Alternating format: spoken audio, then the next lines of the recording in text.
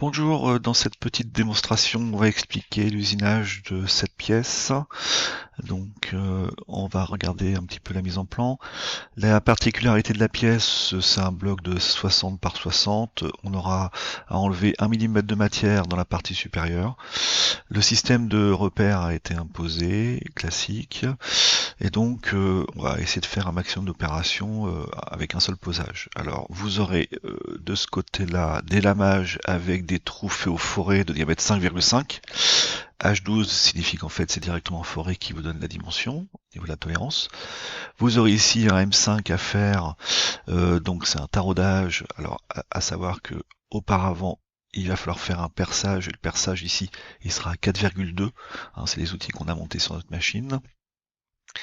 Et puis vous avez une poche qui est ici, qui est un diamètre de 20 H8, donc précise, alors que l'extérieur que vous avez là, la forme que vous avez ici, n'est pas trop précise, donc on pourra la faire sans trop vraiment d'attention.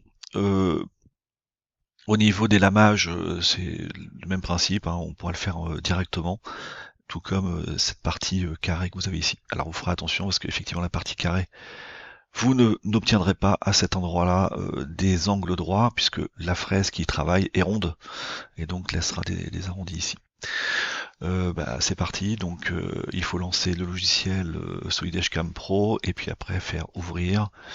N'oubliez pas de choisir le filtre des pièces et on va ouvrir la pièce bloc démo. Voilà, la pièce arrive ici, il faut que je passe en mode usinage, donc je clique sur application, je vais sur fabrication. Et là, vous laissez bien sur cam général et vous choisissez en fraisage, on est en FIMI, donc FIMI fraisage. Je valide. Voilà, la première chose à faire, ça va être de positionner le repère tel qu'on l'a vu dans notre système. Donc le repère, vous double-cliquez dessus. Le repère, c'est ce qui est orange est sélectionnable. Donc là, le petit centre, faudrait que je me positionne quelque part. Donc je peux assez facilement me positionner sur ce point-là. Et là, il faudrait que je monte. Donc comme je n'ai pas récupéré les dimensions, je vais les voir sur mon plan ici. Et il va falloir que je monte de 6 mm. D'accord, pour mettre mon origine sur la partie brute de la pièce. Je vous rappelle que dans le logiciel, ici vous voyez la pièce finale, mais je vais positionner moi mon origine sur le brut.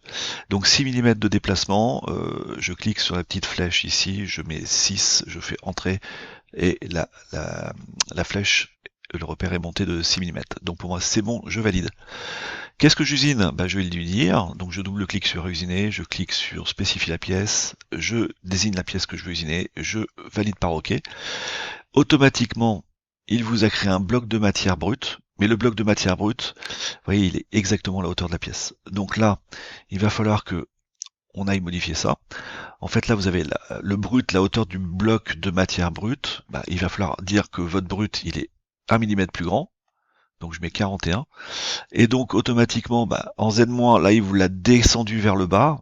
Moi je veux qu'il aille en haut. Donc je rajoute 1 mm ici. Ça va automatiquement mettre 0 sur le Z-. Voilà. Donc maintenant notre origine est bien sur le bloc. Voilà, je valide. Tout est fait. Et si vous développez encore ici, vous avez le surfaçage, le détourage, le contournage. Donc là, on est sur la vue de la géométrie. Là, vous êtes sur la vue du programme. Pour l'instant, on nous propose 3 opérations, mais elles ne sont pas définies.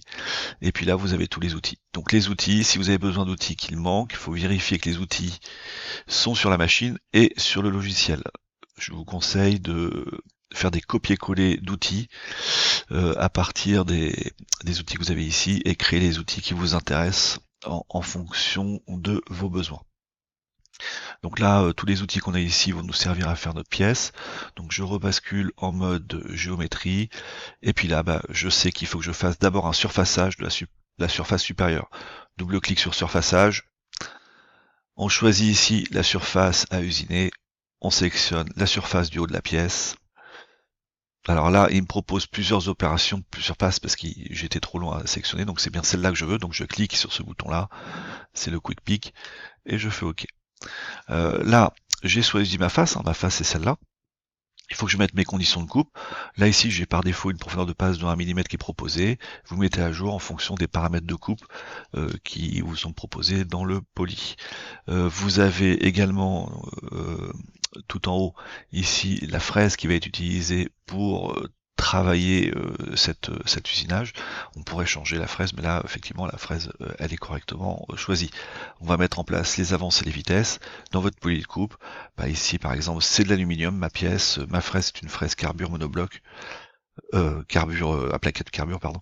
Donc c'est 220 en ébauche, et je vais mettre 0,1 en finition. On n'oublie pas de faire les petits calculs avec ces deux boutons là. Il vous le dit autrement. Attention, mettre à jour aux avances et vitesses. Hop, ça me calcule tous mes paramètres. Je peux générer des trajectoires d'usinage. Et voilà, je valide. Ma première opération est faite. Si vous souhaitez voir ce que vous avez créé, vous restez sélectionné sur surfaçage, vous allez sur vérifier parcours outil, et puis vous êtes en dynamique 3D, et allez pas trop vite, et on regarde ce que ça donne. Voilà, c'est parfait, je continue. Le détourage. Le détourage permet d'avoir une forme de pièce approchée, c'est-à-dire qu'on a réglé cet usinage pour pas avoir un maximum de précision, c'est-à-dire qu'on va utiliser des paramètres qui sont dans le logiciel, mais pas forcément sur la machine au niveau des dimensions d'outils. Donc, si vous faites un détourage, là, par défaut, vous êtes en mode, je cherche où c'est tolérance et dégagement, voilà. Vous êtes en 1000 roues. Ça peut être traduit en français, ça peut être fraisage, ébauche. Ça veut dire automatiquement qu'ici vous avez une surépaisseur d'usinage. Donc vous ne ferez pas les surfaces finales qui sont sur le dessin de votre pièce, mais vous laisserez un petit peu de surépaisseur. Si vous voulez avoir une surface finale, il va falloir ne pas avoir de surépaisseur, donc il faudra choisir 1000 finish. Moi je vais laisser en 1000 roues, parce que je vais faire d'abord un petit peu d'ébauche et après je ferai une finition sur les surfaces qui nécessitent de la précision. Et pour cela, je ferai un contournage qui, lui, cette opération va récupérer des caractéristiques de la fraise dimensionnelle stockées sur la machine pour avoir un maximum de précision sur mon usinage. Donc, globalement, le détourage, il essaye de faire tout ce qu'il peut sur la pièce. Et on peut choisir effectivement aussi ce qu'on veut usiner. Donc là, on va lancer le détourage. Je vais laisser la fraise de 12, donc il pourra pas rentrer dans ces trous-là, donc il les fera pas. Et puis on va regarder un petit peu ce qui se passe, puis on va un petit peu après optimiser notre travail, parce que il y a des surfaces que je veux avoir directement, donc comme le gros carré là. Par contre l'extérieur, je veux un peu de précision, et puis le trou qu'on a ici, je veux un peu de précision. Donc là, je veux faire une ébauche et enfin le détourage et un contournage ensuite.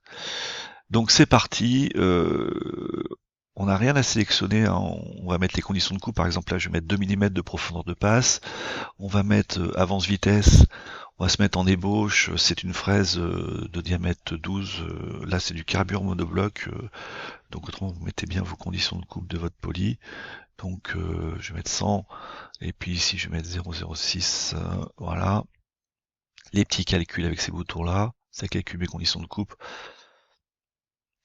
Si je laisse par défaut, donc là je fais OK, je vais d'abord générer les trajectoires et ensuite faire OK, il essaye de faire tout ce qu'il peut faire. Mais il laisse une surépaisseur d'usinage. Donc si on va voir là le parcours outil, vous allez voir ici, il va vous laisser un petit peu de matière en plus à chaque fois. Ouais.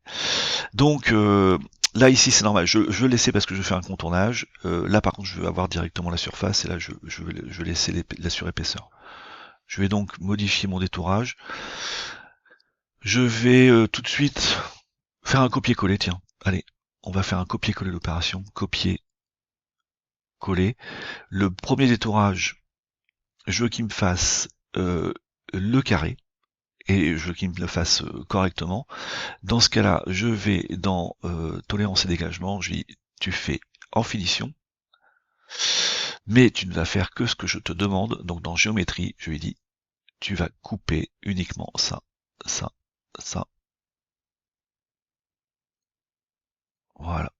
Et je fais que ça. Je valide par OK. Je lui demande de générer.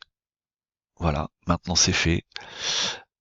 Les conditions de coupe, je prends les mêmes pour le détourage copie, je vais le régénérer. Comme il sait qu'il a, je viens de faire le carré, il ne le refera pas. Boum, je les génère, et voilà, il me fait que ça. Alors, le détourage copie, par contre, il me laisse 1 mm en hauteur, vous voyez, ici, il va pas jusqu'au fond. Donc là, moi ça m'arrangerait qu'il fasse aussi le fond, donc je vais décocher ce bouton-là, et on va déconnecter la surépaisseur latérale de la surépaisseur du fond. Donc je décoche, je laisse surépaisseur côté 1 mm, par contre au fond, je veux qu'il aille sur ma surface. Voilà, donc je vais faire ça, je fais OK, je génère, et voilà, il va jusqu'au fond, parfait. Faudra faire attention, en fait ici vous voyez que on ne dépasse pas la pièce, donc là ça peut être intéressant de dépasser la pièce pour être sûr de travailler correctement sur ma surface finale. Et là ici eh bien, il faudra lui demander d'aller un petit peu plus loin, donc c'est dans le niveau de coupe. Pop, pop, pop. Usinage en dessous de la dernière plage, et ici je vais dire ah tu vas aller 1 mm en dessous de ce que tu as trouvé le plus bas. Voilà, donc il va un tout petit peu plus bas. Mais naturellement, ça n'a rien changé là-haut. Parfait, donc là c'est tout bon pour moi. Donc j'ai mon ébauche et maintenant il va falloir faire la finition. Donc on n'oublie pas d'enregistrer régulièrement son travail. Et puis là je vais sur contournage. Et puis le contournage, on va lui mettre tout de suite les conditions de coupe. Donc là ici, moi c'est 120, et puis on va mettre 0,03, voilà, à calculer en fonction de vos conditions de coupe naturellement. Et puis j'ai fermé l'opération, je vais la rouvrir. Et donc il faut lui dire le fond de la zone d'usinage. Donc si vous cliquez sur ce bouton-là et vous cliquez sur ce plan-là, on fait OK, on génère. Et il vous fait l'extérieur de ce qu'il a trouvé. Voilà. Donc là j'ai fait l'extérieur comme il faut, parfait. Je valide. Je vais faire un copier-coller, ou je vais sur mon contournage et je vais lui dire je vais faire autre chose. Et dans ce cas, si je fais autre chose, il faut que je clique ici, il faut que je supprime ce que j'ai choisi, et puis que je rajoute. Mais là, je vais dire non, tu me rajoutes autre chose, donc je rajoute un ensemble, et tu vas me faire ce que tu trouves jusqu'à ce fond-là. Voilà, cette face-là, voilà. Donc en une opération, en fait, je vais avoir les deux contournages qui vont être faits. Je génère.